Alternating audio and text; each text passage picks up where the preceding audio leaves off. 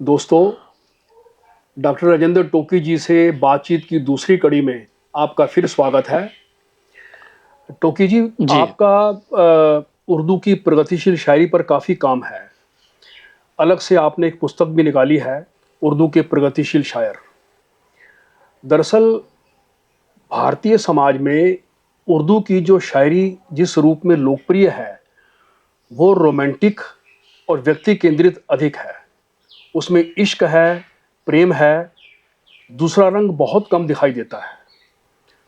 तो इस संदर्भ में मैं ये बताना चाहता हूँ पाठकों को, श्रोताओं को, कि उर्दू की प्रगतिशील शायरी को हम किस रूप में समझें और वो कुल मिलाकर वो सारी शायरी के बीच में कहाँ स्थित है? देखिए अशोक जी, इसके ना दो पक्ष हैं जिनको हमें समझने की आवश्यकता है। जी। पहली बात तो ये है कि जो आप रोमांटिक शायरी की बात कर रहे हैं, उसका मूल कारण तो ये हुआ कि हिंदी में जितनी भी शुरू शुरू में उर्दू से हिंदी में शायरी वगैरह लिप्यांतरित हुई, तो उसमें ज़्यादातर जो अशार रहे और शायर रहे वो पुराने रहे। ज़ौक़ हो गया, गालिब हो गया, मीर हो गया और जितने भी दाग हो गए, तो इन सब लोगों के जो मोटे मोटे से या आसान से शेर थे, वो लोगों तक पहुंचाने की कोशिश की गई। इसमें प्रकाश पंडित का योगदान बहुत महत्वपूर्ण रहा है। और दूसरी बात ये है कि पहले उर्दू की शायरी का अगर आप इतिहास देखोगे, तो आप पाओगे कि ज़्यादातर शायरी में निस्संदेह शराब, साकी, प्रेम, इनकी बातें नहीं, लेकिन इनको जोड़ा गया सूफी काव्य के साथ। और सूफी काव्य में इश्क और प्रेम की ही बात होती है।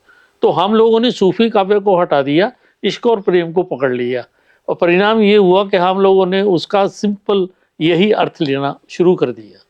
ये तो हुआ एक पक्ष। लेकिन उर्दू शायरी केवल यहीं तक सीमित नहीं है जो सबसे बड़ा एतराज़ आप कर रहे हैं। उर्दू शायरी में बहुत सारे परिवर्तन हुए हैं। और ये जो किताब की बात आप कर रहे हो, उर्दू शायरी की प्रगतिशील शायरी, आप प्रगतिशील शब्द को पहले तो देखिए। एक बात तो ये समझ लीजिए कि उर्दू में जब हिंदी में हमारे प्रगतिशील आंदोलन शुरू हुआ, उसी समय उर्दू में प्रगतिशील आंदोलन शुरू हुआ। ये साथ साथ चले हैं, इकट्ठे ही चले हैं। प्रेमचंद पहले सभापति थे प्रगतिशील शायरी के।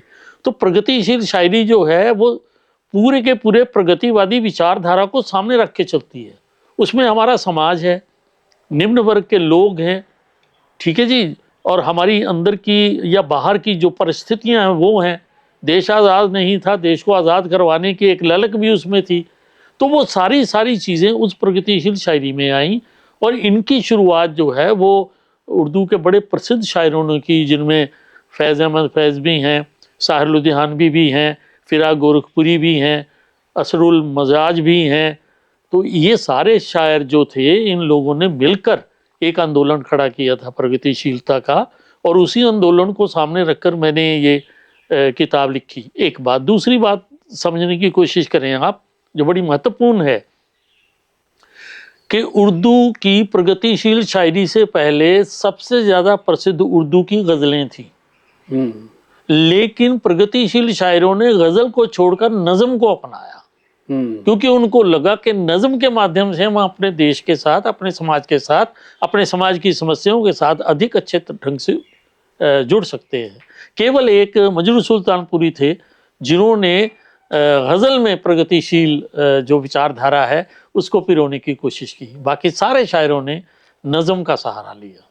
तो मैं समझता हूँ कि अब तो उर्दू शायरी में देखिए, रोमांटिसिज्म तो एक ऐसा विषय है या एक ऐसा भाव है जो हिंदी हो, अंग्रेजी हो, पंजाबी हो, सभी में होता है। लेकिन उर्दू में भी अब ये उस तरह से नहीं रह गया जिस तरह की बात आप कर रहे थे या शुरू में जिस तरह का रहा।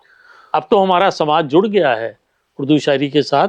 और जो लोग उर्दू जानते हैं वो जानते हैं कि उर्दू शायरी में हमारा समाज बाकायदा बोलता दिखाई पड़ेगा, ठीक वैसे ही जैसे हिंदी काव्य में हमारा समाज बोलता दिखाई पड़ता है। तो ये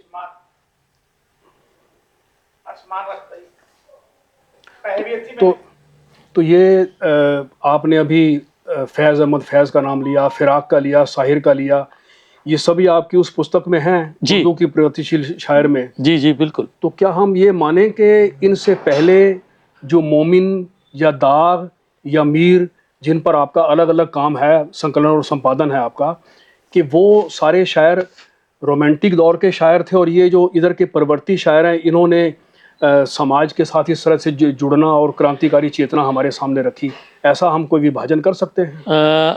अशोक जी, मुझे लगता है कि हमें उन शायरों को इस खेमे में, रोमांटिक खेमे में नहीं रखना चाहिए, बिल्कुल नहीं रखना चाहिए, क्योंकि मीर और गालिब ने केवल और केवल रोमांटिक शायरी नहीं की है, ये बिल्कुल पक्की बात है। आप मीर को उठाइए, उसमें भी उसका समाज दिखाई पड़ जाएगा, और गालिब तो आज सबकी ज़ुबान पर है और बौद्धिक है और व्यंग कसता है। वो ठीक है कि उनका लहजा जो है वो थोड़ा दूसरे तरीके का है, लेकिन आप एक सीमित दायरे में उनको नहीं रख सकते कि वो केवल रोमांटिक है। आज की शायरी को ज़रूर आप अपने समाज से जुड़ा हुआ कह सकते हैं। तो दाग और मोमिन के बारे क्या ख्याल है?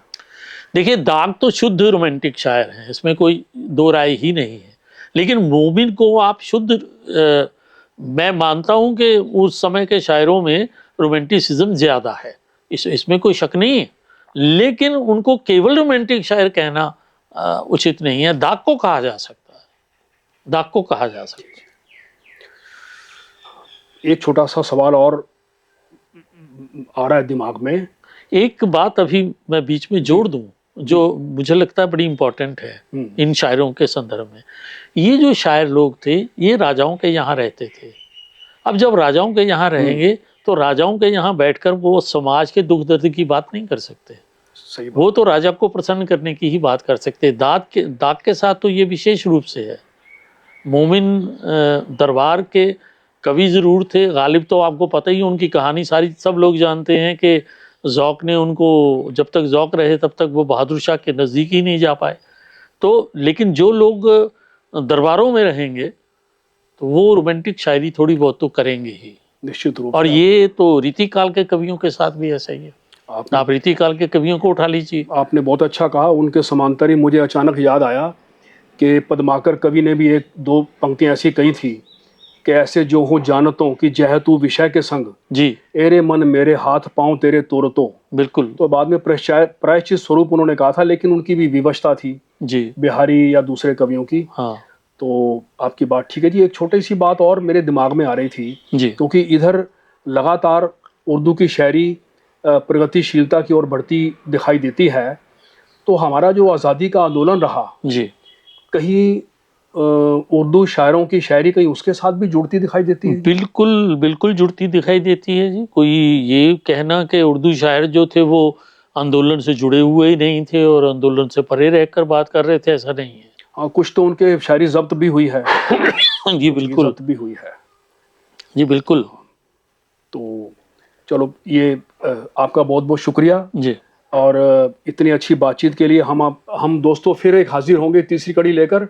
आपका बहुत बहुत शुक्रिया।